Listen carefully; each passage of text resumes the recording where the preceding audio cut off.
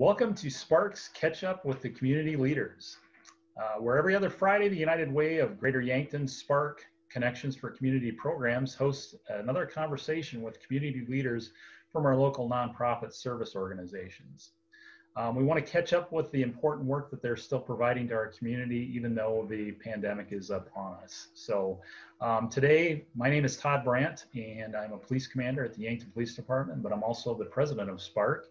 And fortunately enough today, Cody is Frick, the executive director of the Yankton Boys and Girls Club, is here to join us. So welcome, Cody, and how are you doing today?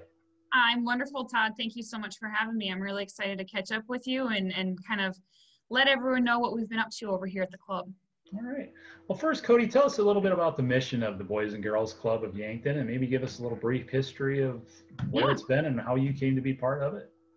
Yeah, of course. So as many of you might know, our mission is to inspire and enable all young people, especially those who need us most. We want to realize their full potential as productive, responsible, and caring citizens. So that's kind of what we aim for every single day, you know, how we interact with the kids, how we greet them, how we run programs with them, how we work alongside them. So we really feel like, you know, holding them to a high standard and holding them accountable is just going to develop them into really great, productive members of society someday. And so, you know, we serve here in Yankton kindergarten through 12th grade. And so we have three different little areas. So we have an academy location, which is our licensed location, and we actually hold that at St. Ben's Elementary and Stewart Elementary. So two different varieties there, and that is for kindergarten through 5th graders. If you know, parents want a little bit more structured environment, a little bit more kind of on routine and scheduled environment, that would be great for them.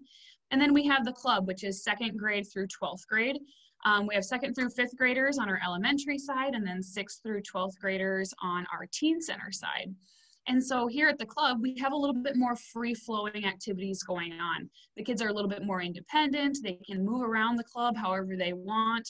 You know, say they want to be in the gym for a little while, they can hop into the gym and play a game of soccer, or they can work on math dodgeball. And then if they want to head over to the art room and do an art project, they're more than welcome to kind of bounce around and do whatever they want to do. And so that is our traditional site. And needless to say, we only charge $25 a year to come here to the Boys and Girls Club. So we're a nonprofit here in town, and we're just really excited to serve all the kiddos that we do every day. Awesome, awesome. And I have to mention Miss Kaylee. My daughter attends the St. Ben's Academy. She loves Miss Kaylee, and she does gives a lot of positive feedback about Miss Kaylee. So that's great. Yeah, we really try and have a fantastic staff, and I couldn't be more proud of the staff that we have. And they're really dedicated to the kids, and they love building those great relationships with them and just being positive role models. So I'm glad to hear that. Thanks for sharing. Yeah. So, you know, again, you're not only just providing them tools, but you're providing them with a path that they need to do to grow and develop. So we appreciate what you're doing in the community with your organization. So thank you very much. Thank you.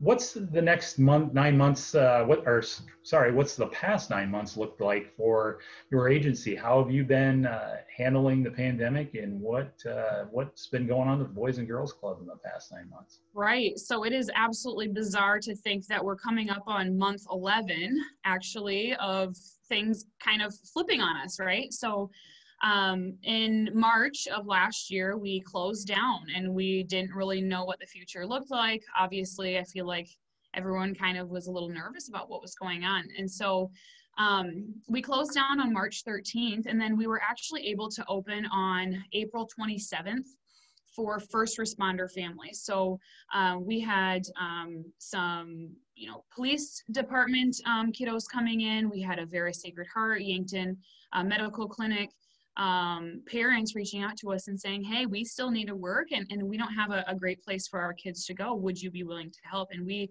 really jumped at the opportunity. Obviously, we were cautious, though, because we didn't really know what we were getting into. We weren't sure how to keep our staff and our kids the safest that we could possibly keep them. So at that time in April, we opened up, and we did something throughout the club that we've never done before, and that was isolated rooms. So we had a certain amount of kids per certain amount of staff in each room. They were only allowed to be in that room per day, just to kind of decrease the amount of interaction that they had with other families and other staff members. We partnered with the school district, and they provided lunch and snack and meals for us, which we could not have been more thankful for, and we still are so thankful for. And we just did that throughout the summer. So from April until August, we were in the classrooms, and we were working really hard to kind of keep it energetic and keep it really fun for programming. But it was a struggle, you know, so that I think that took a toll on everyone at the club, but we were really proud that we were able to provide a safe place for those kids, and you know, able to provide childcare for the families that were kind of on the front lines and doing the hard work out in the community. So that was kind of what our summer looked like. We obviously didn't do a whole lot of field trips. We didn't do a whole lot of swimming, anything like that. And so this summer, we're really excited to be able to kind of get back out and do the fun things that we're really proud of doing. When school started, we enrolled our mask mandate, and we opened the club pretty much as normal. So we obviously encouraged hand washing a lot more than we had in the past. We encouraged social distancing. We were really careful about how we were providing snack every day. You know, we made sure that they were individually wrapped and that only one person was touching per snack. All the kids and the staff were wearing masks. And we're still doing that today. You know, we're still being cautious, and we're still just making sure that we take those extra steps to make sure that the kids are healthy. I think the worst part is when you see a sick kid, they're just not as happy as they normally would, and so we don't want to see that. So we're trying to do everything that we can to prevent the kids from getting sick. And you know, the struggles that we've been seeing is we miss a lot of our normal kids. You know, we are seeing so many new kids, which is fantastic, but we want to kind of have our numbers back to where they were pre-COVID times. And I know there's absolutely no blame in parents keeping their kids home, and it's a scary time. So if you're out there and your kids used to, you know, come to the club, we certainly miss them, and we haven't forgot about them. So that's kind of the thing that we've been missing the most is our normal crew. And we're excited when we see the kids back that we haven't seen in a couple months. So.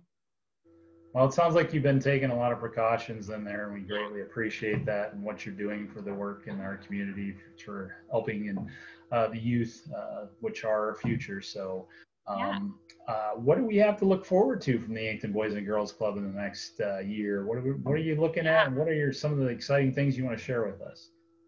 Yeah, so we have a lot of really exciting things, and I can't kind of boast enough about how proud I am of our staff, and we work really hard to try and kind of keep things fresh and fun for the kids. Our biggest thing that we're really focusing on in 2021, we're really trying, you know, we see right around 200 kids a day. So with the academy sites and the club sites, we see right around 200 kids. But this year, we're really trying to narrow down that all of the kids are their own individual person, and we want to recognize them as their own person and their own, you know, we want to know their name. We want to know everything about them just to make them feel special every day. And so we're having a year of recognition. And so every month we gather the whole club together, and the academy sites gather together, and we hand out awards, and we really want to make them feel like the work that they're doing and you know, how kind they are and being great leaders, that those things don't go unnoticed. So that's a really fun thing that we're doing every month at the Boys and Girls Club and the academy sites. We're also implementing a really fun program called Culinary Kids. So in the past, we've done Kids in the Kitchen nights, and that's when the kids gather in the kitchen and just like make some really fun meals or snacks or sweets with a staff member. But this year, we're kind of taking it up a notch. So Miss Renee, our elementary director, she's created a outline and a curriculum for the kids to follow really closely. And so the kids not only get to pick what meals they are eating at night, they don't get to pick this, you know, they get to pick the snacks and the supper that we serve. They get to make the menu, they get to come up with the ingredients, they get to cut coupons and you know, look at the Hy-Vee ads on a weekly basis and see what good purchases we can make. And then they also get to go shopping with her, and that has been an absolute blast. They love going to Hy-Vee. They love getting to push the cart. They love getting to kind of pick out the ingredients that they need. And then they come back to the club and they help make it for the kids that are here. And so that's been a really, really fun program. In the past, we've had a program called Garden Club. And so the master gardeners of Yankton actually come in and they teach the kids how to cultivate fruits and vegetables in our garden beds here at the club. And so we're going to try and implement that with our Culinary Kids program too, and kind of have it all come together and really teach the kids the importance of healthy lifestyles and healthy eating, and really being able to take the farm to table aspect of how they're eating. So that's been a blast. And we're also very, very excited about the swimming pool that we get this year. We're gearing up for summer, and we've worked really closely with the city, and we've worked really closely with the Huther Family Foundation to provide some pool passes for the kids that might not be able to afford those. And so we're really fortunate to be able to kind of go the extra mile this summer and partner with them and really make sure that everyone can take advantage of the beautiful swimming facility that we have going up right across the street. So that's wonderful. And then lastly, I would say, you know, we have an event coming up on March 29th, and we receive funding through a grant called Positive Action. And that's a grant that we run with the kids, and we really try and teach them how to say no to peer pressures that are coming in from, you know, elementary schools and social media and YouTube and things like that. So that's a program that we run with the kids, but we kind of gather it all together for one big event on March 29th, and we invite community members. And so we're going to be doing that in the gym so we can all space out and we can all listen to a speaker that's going to present on the effects of opioid addiction in our community, and kind of how that looks like here in Yankton, and then also how that correlates with the kids that we see every day and kind of the impact on them and the family dynamics when a parent or a guardian is struggling with that type of thing. So March 29th, it's going to be a great meeting, and we're going to get a lot of information. And we just really use this time to train our staff on what to look for in families, what to talk to about the kids, things like that. So we're excited about that too. Awesome.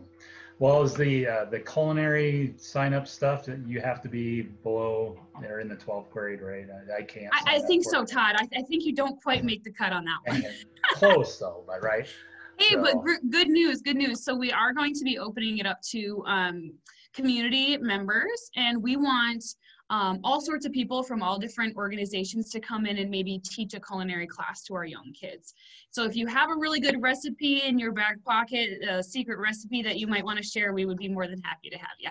I don't know, boiling water and hot dogs and macaroni and cheese. I don't know. Bowl of cereal, right? There you go. So, well, Cody, thank you for meeting with us today and giving us an update on what the Boys and Girls Club does for the community, what you've gone through, and what we have to look forward to. So thank you again for being with us today, and we look forward to the exciting things going on with the Boys and Girls Club. Yeah, please reach out if anyone has any questions about anything at the club. We're really excited what 2021 is going to be coming. And Todd, I really appreciate your time this morning and letting me kind of ramble and brag about all the good things that we're doing. So you should. You're doing a lot of great things, Cody. Thank you very much. So, I appreciate it. Yeah. So join us next time on Sparks, Catch Up with the Community Leaders, where we will be speaking with Sheila Steffen from Systems of Care. And make sure to follow Spark on our Facebook page, or look for recorded conversations on the United Way of Yankton, Greater Yankton's website at www.yanktonunitedway.org/spark. Have a great day, everyone, and stay connected.